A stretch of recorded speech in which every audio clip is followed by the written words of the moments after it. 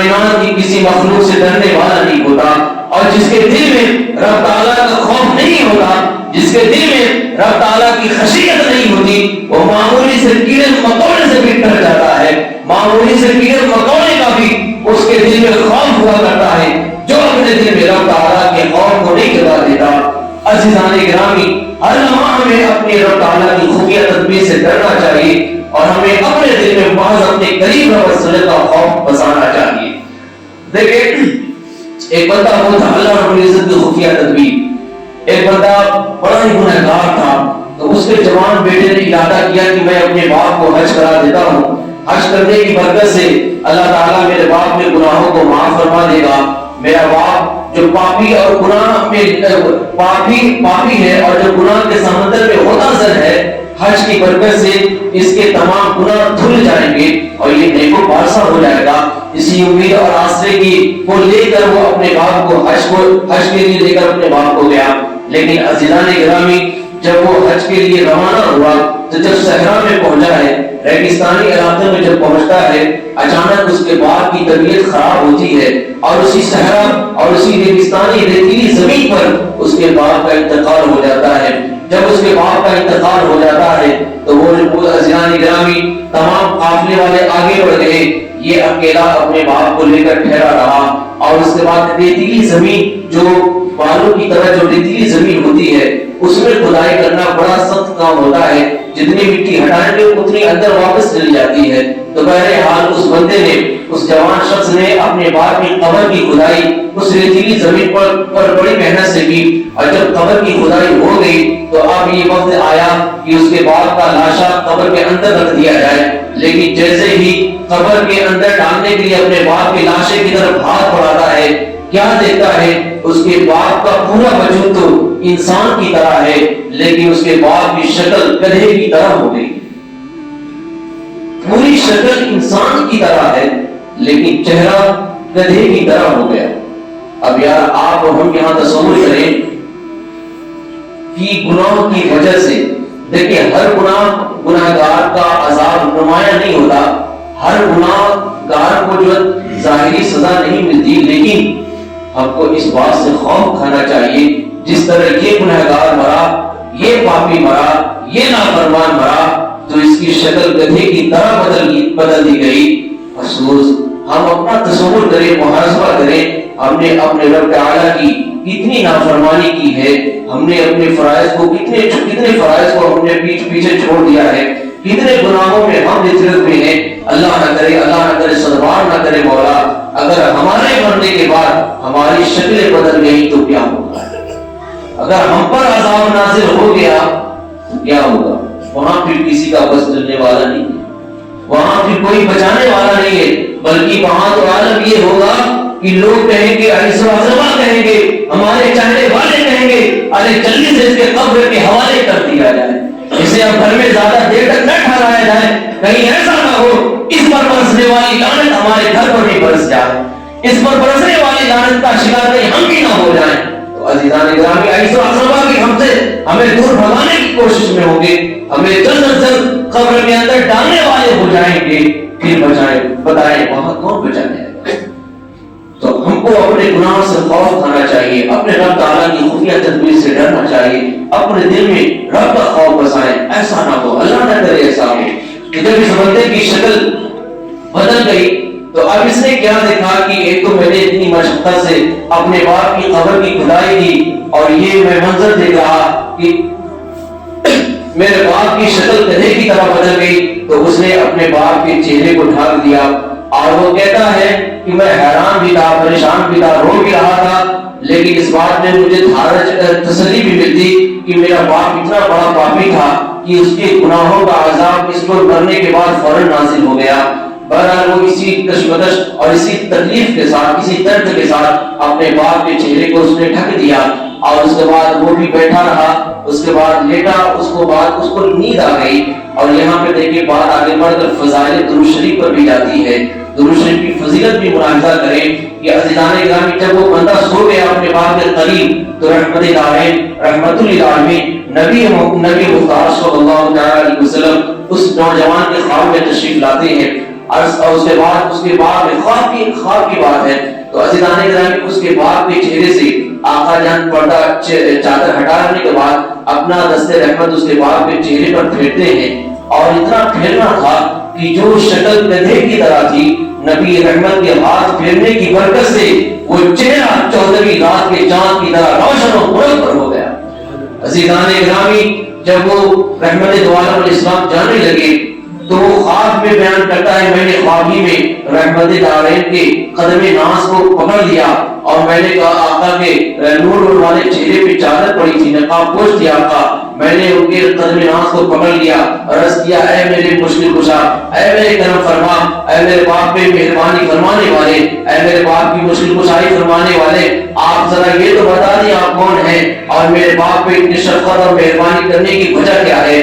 آقا نے فرمایا کیا تو مجھے نہیں پہچانتا، میں تیرا نبی محمد رسول اللہ ہوں. اس کے بعد اس نے کہا یا رسول اللہ آخر میرا باپ تو بڑا پاپی تھا، میرا باپ تو بڑا گنہگار تھا، ایسا گنہگار تھا کہ اس کے مرنے کے بعد اس کی شکل گدھے کی طرح تبدیل کر دی گئی، لیکن یا رسول اللہ معاشرہ کیا ہے، اس کا کون سا عمل تھا جس کی برکت سے آقا آپ میرے خواب میں تشریف لائے اور میرے باپ کے چہرے پر آپ نے اپنا نورانی ہاتھ پھیرا اور آپ نے نورانی ہاتھ پھیرنے کی برکت سے یا رسول اللہ میرے باپ کا چہرہ 14ویں رات کے چاند کی طرح روشن اور منور ہو گیا.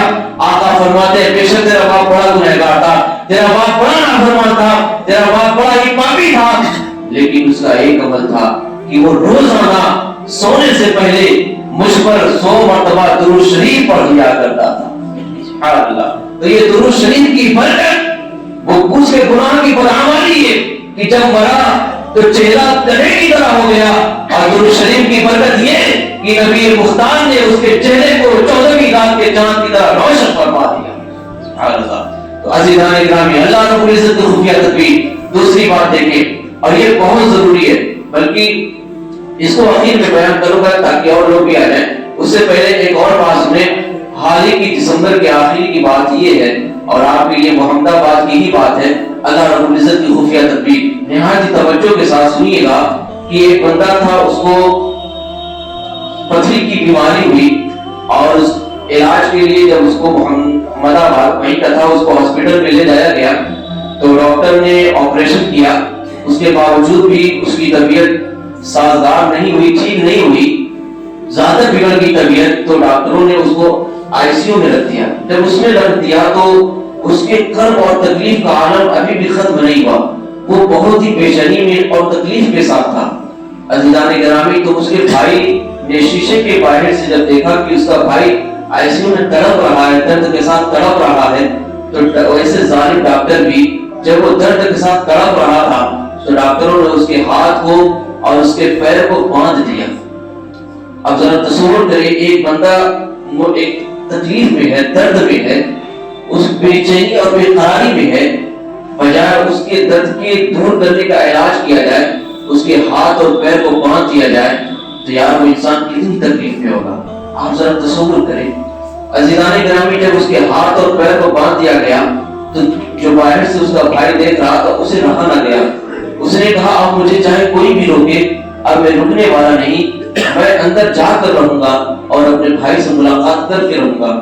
جب دوسرا بھائی کسی قدر آئی سی یو کے اندر گیا تو اس جو بیمار بھائی تھا اس کے ایک دم جانے کا کہنے وقت قریب تھا، وہ نہایت تکلیف اور درد میں تھا.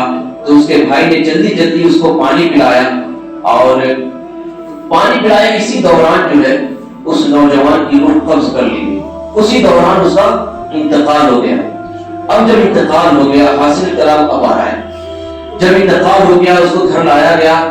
جب اس کو نہلا دیا گیا، کفنا دیا گیا، کفن جب پہنا دیا گیا، میری خالہ اور میری خالہ زاد بہن کی آنکھوں دیکھا حال انہوں نے بیان کیا. جب ہم لوگ اس کو دیکھنے گئے تو جب وہ کفنا آخری جو دیدار کراتے اس کا چہرہ کھلا ہوا تھا، کفن لگا ہوا تھا، تو ہم نے کیا دیکھا، اس کے اندر سے کفن کے اندر سے اچانک سے ایک چھپکلی ظاہر ہوئی اور جو اس کے چہرے کی طرف اس طرح سے بیٹھی ہوئی تھی. بالکل سفید رنگ کی چھپکلی اچانک سے ظاہر ہوئی جو اس کے چہرے پہ بیٹھی ہوئی تھی. آپ ذرا تصور کریں، آپ دل کی گہرائی سے اس کا ذرا تصور کریں، غور کریں. آپ اور ہمارے مرنے کے بعد اللہ نہ کرے اگر یہ ہم پر چھپکلی کا عذاب آ گیا تو اس وقت کون بچانے آئے گا؟ تو میری خالہ زاد بہن نے بیان کیا کہ میں نے اپنی موبائل کے ذریعہ اس چھپکلیوں کو ہٹایا کہ اس کو ہٹا دیا جائے. تو جب چھپکلی کو ہٹایا تو ان کا بیان ہے خالہ زاد بہن کا کہ وہ چھپکلی غائب ہو گئی، نہ ادھر گئی نہ ادھر گئی، نہ ادھر گئی نہ ادھر گئی، اچانک سے غائب ہو گئی. وہ کدھر گئی پتہ نہیں چلا. اور اتنے پر بھی بات ختم نہیں عزیزان گرامی. جب اس کے قبر کے اندر جانے کی باری آئی، جب اس کو قبر میں رکھنے کی باری آئی، تو اس کا ایک عزیز دوست تھا. اس نے کہا میں میرے دوست کی قبر کے اندر جاؤں گا، یہ میرا بڑا عزیز دوست ہے. تو اس کے دوست کا بیان ہے کہ جب میں قبر کے اندر گیا تو ایسا محسوس ہو رہا تھا کہ قبر کا دونوں حصہ یوں لگ رہا ہو کہ دونوں آپس میں سمٹ رہا ہو. یوں لگ رہا تھا کہ اس کی قبر جو ہے تنگ ہوتی جا رہی ہو، ایک دوسرے سے سمٹ رہی ہو. اس کے بڑے ابو کا بیان ہے جب میں قبر کے اندر گیا تو ایسا محسوس ہو رہا تھا. اس کی قبر کے اندر ایک بھیانک سا محسوس ہو رہا تھا. اس کے قبر میں ایک اداسی سی اور الجھن سی محسوس ہو رہی تھی، گھبراہٹ ہو رہی تھی. یار تصور کریں ان دونوں حضرات کو تو لمحہ بھر اس قبر کے اندر اس جوان کو ڈالنا تھا، لیکن وہ لمحہ بھر بھی ان سے گوارا نہ ہوا. آپ تصور کریں اس جوان کو تو اس قبر کے اندر ڈال دیا گیا ہے اور قیامت تک اس کے اندر رہنا ہے. آپ تصور کریں وہ کیسے اس میں رہ رہا ہوگا. اس کو ابھی قبر کے اندر ڈالنے سے پہلے ہی اس کے جسم پر چھپکلی ظاہر ہو گئی. اللہ کی پناہ پھر قبر میں حال کیا ہوگا. عزیزان گرامی پھر پتہ کیا گیا کہ آخر اس جوان کا عمل کیسا تھا، اس کا رویہ کیسا تھا، اس کا کردار کیسا تھا، اس کا عمل کیسا تھا. کس وجہ سے اس کے مرنے کے بعد یہ عذاب ظاہر ہو گئے، کس وجہ سے یہ تباہی نازل ہوئی، کس اس کی بے عملی بدعملی گناہ کی وجہ سے. تو جب پتہ کیا گیا تو کوئی گناہ ایسا ظاہر نہیں آیا. لوگوں نے بتایا اس کے والدین کے ساتھ بھی اس کا تعلق اچھا تھا، دوستوں کے ساتھ معاملات بھی اچھے تھے، گھر والوں کے ساتھ بھی معاملات اچھے تھے، ایسے کوئی گناہ تو نظر نہیں آتا. یا تصور کریں اس کا کوئی گناہ ظاہراً ایسا کچھ نظر نہیں آیا، لیکن جب مرا تو اس کے مرنے کے بعد اس پر عذاب نازل ہو گیا. ہم نے بھی بڑے اچھے اعمال کیے ہیں، بہت اچھے کیے ہیں، لیکن ہم جانتے ہیں ہم نے چھپ کر کیسے گناہ کیے ہیں. ہم جانتے ہیں چھپ کر ہم نے کوئی چوری بھی کی ہے، ڈکیتی بھی کی ہے، زناکاری بھی کی ہے، فحشگوئی بھی کی ہے، بدکلامی بھی کی ہے، بداخلاقی بھی کی ہے، بے ادبی بھی کی ہے، گستاخی بھی کی ہے، نہ جانے کیسے کیسے گناہ کیے ہیں. کس گناہ کی وجہ سے ہم پر پکڑ ہو جائے، کس گناہ کی وجہ سے ہم گرفت میں آ جائیں، یہ ہم نہیں جانتے. یا ربی بارہ بار یہ گفتگو ہوتی ہے اور بارہ بار ہوتی رہے گی جب تک زندگی ہے. یہ کہا جاتا رہے گا ابھی غنیمت ہے اپنے رب سے صلح کر لی جائے، اپنے رب سے صلح کر لی جائے.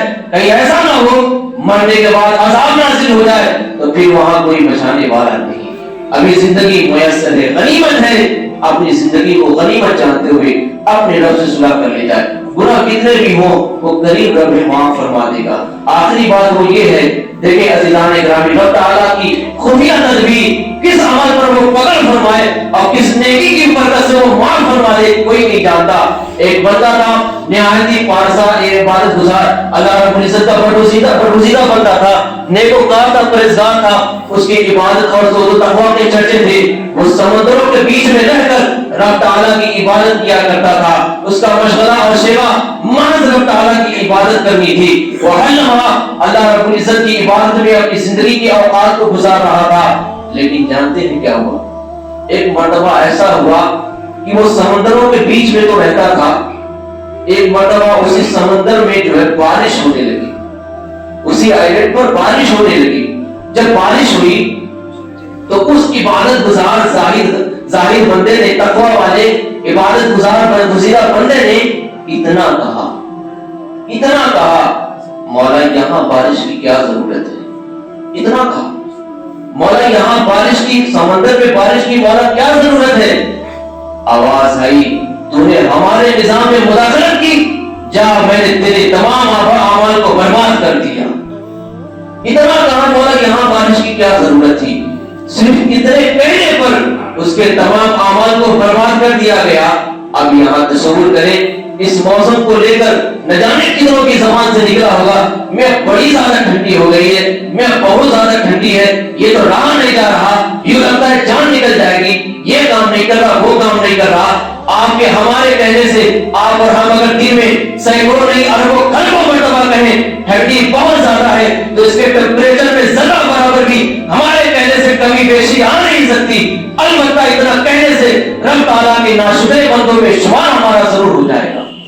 اگر ہم لاکھ مرتبہ کہیں بہت زیادہ گرمی ہو رہی تو ہمارے کہنے سے نہ گرمی کم ہوگی نہ زیادہ ہوگی، لیکن ناشکرے بندوں میں شمار ضرور ہو جائیں گے۔